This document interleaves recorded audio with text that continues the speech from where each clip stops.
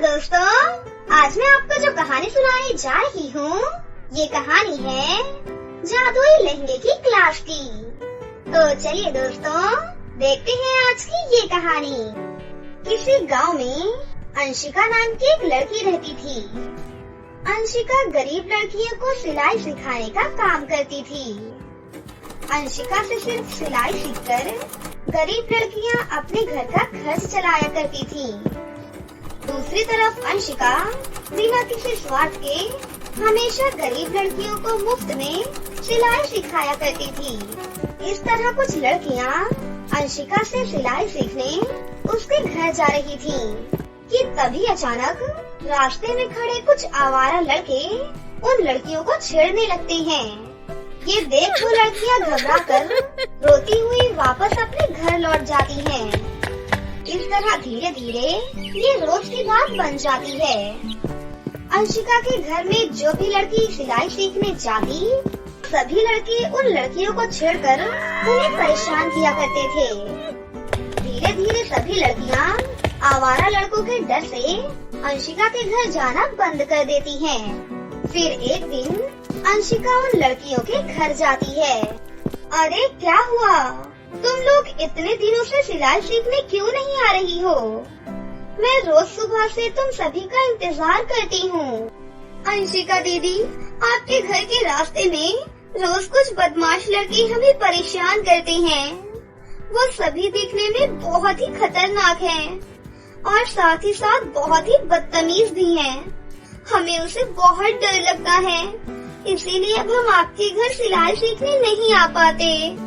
उस लड़की की ये बातें सुनकर अंशिका गुस्से से आग बबूला हो जाती है और उस लड़की से अंशिका कहती है, तुम बिल्कुल भी चिंता मत करो, मैं अभी जाकर उन लड़कों को सबक सिखा कर आती हूँ। इतना कहकर अंशिका एक डंडा उठा लेती है और उन लड़कों के पास जाकर उन्हें डांटने लगती है। मासूम और सीधी सादी लड़कियों को छेड़ते हुए तुम्हें शर्म नहीं आती क्या? वो सभी बेचारी गरीब लड़कियां मेरे पास सिलाई सीखने आती हैं ताकि अपने घर का गुजारा कर सके।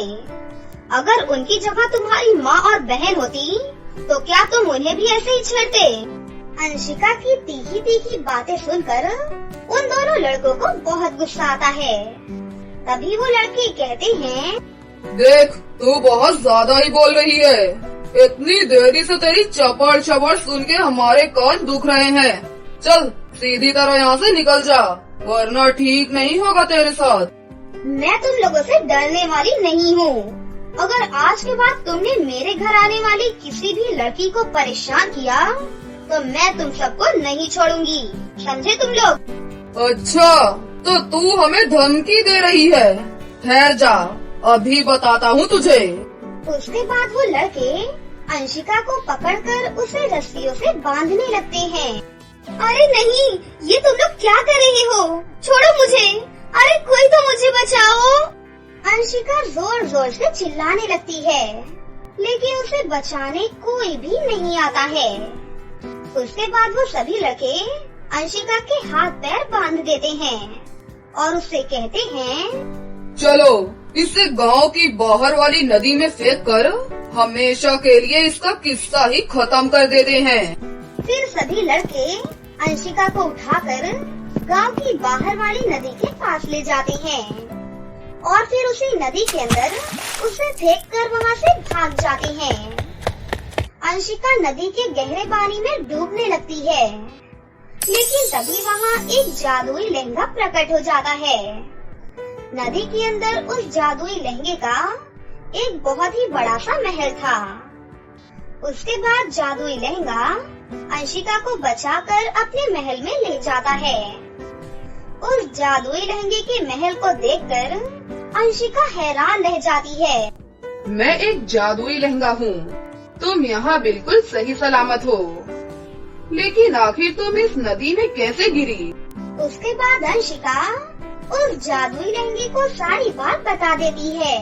अच्छा, तो ये बात है। तुम फिक्र मत करो, आज से मेरे इस महल को तुम अपना ही घर समझो और साथ ही तुम यहाँ गांव की सभी गरीब लड़कियों को सिलाई भी सिखा सकती हो। मैं अपने जादू से इस घर में एक क्लासरूम बना देता हूँ, जिसमें तुम और मैं मिलकर सभी गांव की लड़कियों को सिलाई सिखा सकते हैं। ये सुनकर अंशिका बहुत खुश होती है। फिर नदी से बाहर निकलकर वो गांव की सभी लड़कियों को उस जादुई लहंगे के बारे में सब कुछ बता देती है। फिर अगले दिन से अंशिका और जादुई लहंगा सभी लड़कियों को नदी के अंदर मौजूद जादुई क्लासरूम में सिलाई सिखाना शुरू कर देती हैं। इस तरह वो सभी लड़कियां बिना किसी परेशानी के साथ सिलाई सीखने लगती हैं। फिर एक दिन वो लड़के, अरे गांव की लड़कियों को क्या हो गया? आजकल कोई भी लड़की सड़क पर दिखाई ही नहीं देती। मैं रोज सभी लड़कियों को गांव की बाहर वाली नदी के पास आते जाते देखता हूँ। अरे आखिर सभी लड़कियाँ उस नदी के पास जाकर क्या करती हैं? चलो पता लगाते हैं। फिर अगले दिन वो दोनों लड़के नदी से थोड़ी दूरी पर एक पेड़ के पीछे छिपकर उन लड़कियों के आने का इंतजार करने लगते हैं। थोड़ी ही देर में अंशिका गांव की लड़कियों के साथ उस नदी के अंदर उतर जाती है, जिसे देखकर सभी लड़के हैरान रह जाती हैं। अरे अंशिका को तो हमने इस नदी में फेंक दिया था, लेकिन ये जिंदा कैसे बच गई? जरूर इस नदी के अंदर कोई रहस्य है। चलो चलकर देखते हैं। उसके बाद वो दोनों लड़के एक एक कर नदी के अंदर पानी में कूद जाते हैं और देखते हैं, अरे यहाँ तो चारों तरफ दीवार है। आखिर वो सभी लड़कियाँ कहाँ गायब हो गयी? तभी अचानक से वहाँ पर जादुई लहंगा प्रकट हो जाता है। फिर जादुई लहंगा वहाँ पर एक लाल मिर्च का स्प्रे प्रकट करके उन दोनों लड़कों के ऊपर छिड़कने लगता है। मिर्च स्प्रे उन लड़कों के ऊपर पड़ते ही वो लड़के जोर जोर से चिल्लाने लगते हैं। अरे मर गए रे! अरे मेरी आंखों में बहुत तेज जलन हो रही है। अरे ये सब क्या हो रहा है? कोई बचाओ मुझे। इस तरह दोनों लड़के जोर जोर से चिल्लाने लगते हैं कि तभी जादुई लहंगा वहाँ पर ढेर सारे डंडे प्रकट करता है और उन दोनों लड़कों की खूब अच्छे से धुलाई करने लगता है। अरे नहीं, ये सब हमारे साथ क्या हो रहा है? तुम सब मासूम लड़कियों को परेशान करते हो ना, इसीलिए मैं डंडे से तुम्हारी पिटाई कर रहा हूँ। नहीं नहीं, हमें छोड़ दो। हम वादा करते हैं आज के बाद हम कभी भी किसी लड़की को परेशान नहीं करेंगे। फिर काफी देर उन दोनों लड़कों की पिटाई करने के बाद जादुई लहंगा उन्हें उठाकर नदी से बाहर फेंक देता है। इस तरह उन दोनों लड़कों को सबक मिल जाता है और वो दोनों लड़के पूरी तरह सुधर जाते हैं। इस तरह सब कुछ ठीक हो जाता है और गांव की सभी लड़कियां चैन से अपनी जिंदगी जीने लगती हैं। एक गांव में दिशा नाम की एक लड़की अपने माता पिता के साथ रहती थी। उसके माता पिता एक गरीब मजदूर थे। वहीं दिशा गांव के ही एक छोटे सरकारी स्कूल में पढ़ने जाया करती थी। उसे पढ़ना लिखना बहुत अच्छा लगता था। वो हमेशा क्लास में फर्स्ट आती थी। इसी तरह काफी समय बीत जाता है। धीरे धीरे वो अपनी 12वीं क्लास भी पास कर लेती है। एक दिन दिशा अपने माता पिता के पास आती है। पिताजी, मैंने अपनी 12वीं की परीक्षा पास कर ली है। अब आप मेरा एक अच्छे से कॉलेज में एडमिशन करवा दीजिए। बेटा, कॉलेज तो शहर में है, गांव में तो कोई कॉलेज ही नहीं है बेटी। उसके लिए तो बहुत पैसा लगेगा बेटी। अरे बेटा, तुम्हें पढ़ाई लिखाई करने की अब और जरूरत नहीं है। तेरी 12वीं की परीक्षा पास हो गई, वही तेरे लिए बहुत है। अब जल्दी से एक अच्छा सा लड़का देखकर हम तेरे हाथ पीले कर देंगे बेटी। उसके बाद हम भी मुक्त हो जाएंगे। ये आप कैसी बातें कर रही हैं माँ? क्या मैं आप लोगों पर बोझ हूँ जो आप मेरी अभी से शादी करवाना चाहती हैं? वैसे भी 18 साल से पहले शादी करना कानूनी रूप में एक अपराध है। इसके लिए आप दोनों को जेल भी जाना पड़ सकता है। अच्छा बिटिया, तो अब तू हमें जेल भिजवाएगी? हमने तुझे पाल पोस कर इसीलिए बड़ा किया है। नहीं नहीं माँ, आप गलत समझ रही हैं। मैं तो आपको बस कानून समझा रही थी। मुझे पढ़ाई लिखाई करना बहुत अच्छा लगता है माँ। आप मुझे आगे पढ़ा दीजिए, शादी तो मैं कभी भी कर लूँगी। देख बेटा, हमारे पास तुझे आगे पढ़ाने के लिए बिल्कुल पैसे नहीं है। और दूसरी बात, अगर हमने तुझे ज्यादा पढ़ा दिया तो तेरे लिए लड़का मिलना भी बहुत मुश्किल हो जाएगा। हमारे पास इतने पैसे नहीं है बिटिया कि हम तेरे लिए एक अफसर लड़का चुन सके। जैसा भी लड़का मिलेगा हम तेरी शादी करवा देंगे बेटा, यही हमारा आखिरी फैसला है। अपने पिता की ये बात सुनकर दिशा बहुत दुखी हो जाती है और चुपचाप वहाँ से चली जाती है। अगले दिन, सुन बेटा, तेरे लिए पंकज नाम के एक लड़के का रिश्ता आया है। अरे लड़का विदेश में नौकरी करता है और तुझे भी विदेश में ही रखेगा। उससे भी अच्छी बात ये है कि उसे दहेज भी नहीं चाहिए, बस छोटी सी बारात लेकर आएगा और शादी करके हमारी बिटिया को अपने साथ ले जाएगा। हमारा ज्यादा खर्चा भी नहीं होगा बेटी। पिताजी, मुझे शादी नहीं करनी है, मैंने आपसे पहले ही बोल दिया था। बिटिया, तुझे शादी नहीं करनी तो मत करना, लेकिन एक बात हमेशा याद रखना, हम तुझे अपने साथ इस घर में नहीं रख सकते।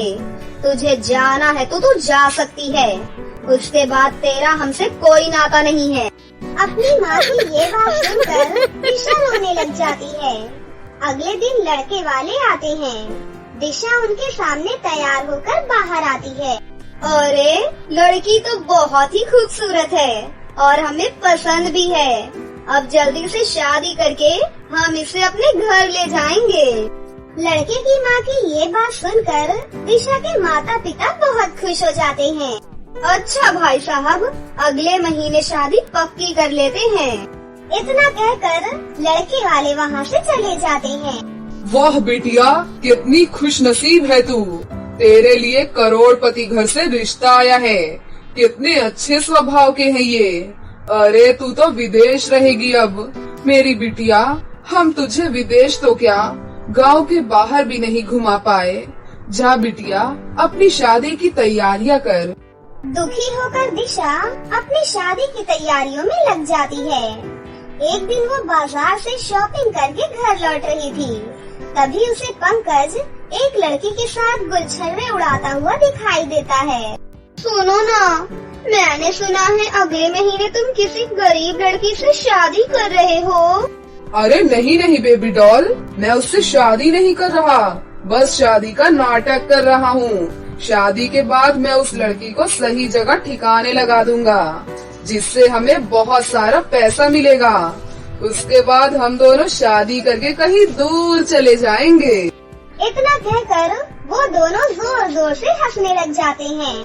अच्छा, तो ये धोखेबाज लड़का मुझे धोखा देने वाला है, मुझसे शादी करने के बहाने मेरा गलत इस्तेमाल करने वाला है। मुझे जल्दी से ये बात अपने माता पिता को बतानी होगी।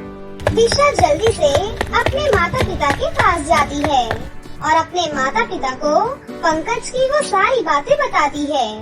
ये सुनकर उसकी माँ को गुस्सा आ जाता है और वो दिशा को एक जोरदार थप्पड़ मारती है। अरे हरामखोर, मैं सब जानती हूँ कि तुझे उस लड़के से शादी ही नहीं करनी। मुझे सब पता है कि तू उस बेचारे मासूम से लड़के को बदनाम करने के लिए ये सारी बातें बोल रही है, लेकिन मैं तुझे अच्छे से जानती हूँ कि तू कैसी लड़की है। मैं तेरी किसी भी बात पर बिल्कुल विश्वास नहीं करूँगी दिशा। पिताजी, आप तो जानते हैं ना पिताजी, मैं कभी झूठ नहीं बोलती। मेरी बातों पर यकीन करो पिताजी, मैं सब कुछ अपने इन कानों से सुनकर आ रही हूँ। बस करो दिशा, मुझे तुमसे ये उम्मीद नहीं थी। तुम हमारे सारे समाज में हमारी नाक कटवाना चाहती हो और हमारा सिर समाज के सामने झुकाना चाहती हो। अरे उसके जैसा लड़का तो तुम्हें पूरे समाज में नहीं मिलेगा। तुम्हारी किस्मत अच्छी है कि वो लड़का खुद तुम्हारे पास आया है और तुम हो कि अपनी ही किस्मत पर लात मार रही हो।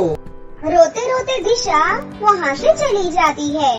हे भगवान, पता नहीं उस लड़के ने मेरे मम्मी पापा पर क्या जादू कर दिया है। मेरे माता पिता को मुझ पर विश्वास ही नहीं। क्या करूं अब मैं? मुझे कुछ समझ ही नहीं आ रहा।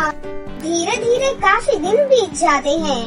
अब शादी में सिर्फ 2 ही दिन रह जाते हैं। ये ले दिशा, ये पैसे रख और अपने लिए शादी का एक अच्छा सा लहंगा लेकर आ। दिशा पैसे लेकर वहाँ से चली जाती है। अब शादी में सिर्फ 1 ही दिन बचा था।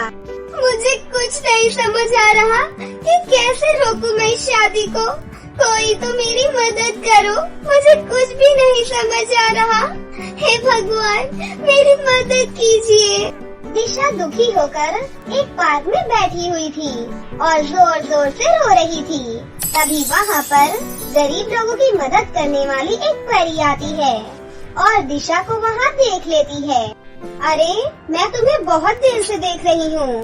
तुम इतनी परेशान क्यों लग रही हो? सब ठीक तो है ना? मुझे बताओ, क्या बात है? तुम रो क्यों रही हो? दिशा परी को वो सारी बातें बताती है। परी जी, मेरी शादी में सिर्फ 1 ही दिन बचा है और वो लड़का मुझे बिल्कुल ठीक नहीं लग रहा। आप ही बताइए, मैं क्या करूं? तभी परी दिशा को जादुई लहंगों के झरने के पास ले जाती है। बेटी, ये जादुई लहंगे का झरना है। यहाँ से एक लहंगा तुम अपने साथ ले जाओ। तुम इससे जो भी मांगोगी, ये तुम्हारी सारी इच्छाएं पूरी करेगा। इतना कहकर परी वहाँ से चली जाती है। दिशा खुशी खुशी परी का जादुई लहंगा लेकर अपने घर वापस आ जाती है। हे जादुई लहंगे, जिससे मेरी शादी हो रही है, वो लड़का कैसा है? मुझे जल्दी बताइए। जो तुम सोच रही हो, वो बिल्कुल सही सोच रही हो। वो लड़का बिल्कुल अच्छा नहीं है। वो अपने स्वार्थ के लिए तुमसे शादी कर रहा है। जादुई लहंगे, तुम कुछ ऐसा जादू करो कि जिससे मेरी ये शादी ही ना हो और सबके सामने उस लड़के की सच्चाई सामने आ जाए। तुम चिंता मत करो। कल जब तुम्हारी शादी होगी, तब तुम सिर्फ एक काम करना। तुम अपनी शादी में इस लहंगे को पहन लेना। लहंगे की ये बात सुनकर दिशा बहुत खुश हो जाती है और खुशी से नाचने लग जाती है। और तभी वहाँ पर उसकी माँ आती है। तुझे इस तरह खुश देखकर मैं बहुत खुश हूँ बेटी। कल तेरी शादी है, तू हम सबको छोड़कर विदेश चली जाएगी। चलती हूँ बिटिया, मुझे शादी की बहुत सारी तैयारियाँ करनी है। कुछ काम हो तो मुझे बुला लेना। इतना कहकर उसकी माँ भी वहाँ से चली जाती है। अगले दिन बारात आती है। दिशा झरने का जादुई लहंगा पहनकर तैयार हो जाती है। हे जादुई लहंगे, मेरी बारात आ गई है। कुछ ही देर बाद शादी भी हो जाएगी। कुछ करो प्लीज, कुछ करो। तभी वहाँ पर पुलिस आ जाती है और आते ही बिना कुछ बोले पंकज और उसकी माँ की पिटाई करने लगती है। अरे दरोगा जी, क्या बात है? आप हमारे दामाद को पीट क्यों रहे हैं? अरे भाई साहब, शुक्र मनाओ कि तुम बच गए। ये दोनों बहुत बड़े धोखेबाज हैं। ये दोनों गरीब लड़कियों से शादी करके उन्हें विदेश में बेचते हैं। इतना कहकर पुलिस उन दोनों माँ बेटे को वहाँ से ले जाती है। दिशा के माता पिता दिशा से माफी मांगते हैं और उसे पढ़ाई के लिए शहर भेज देते हैं। अब सब लोग उस जादुई लहंगे के साथ बहुत खुशी खुशी रहने लगते हैं। तो दोस्तों, कैसी लगी आपको हमारी ये कहानी? अगर आपको हमारी कहानी अच्छी लगी हो तो इसे जरूर लाइक करें। साथ ही हमारे चैनल को सब्सक्राइब भी कर लें और बेल आइकन को दबाना ना भूलें। मिलते हैं अगली वीडियो में। धन्यवाद।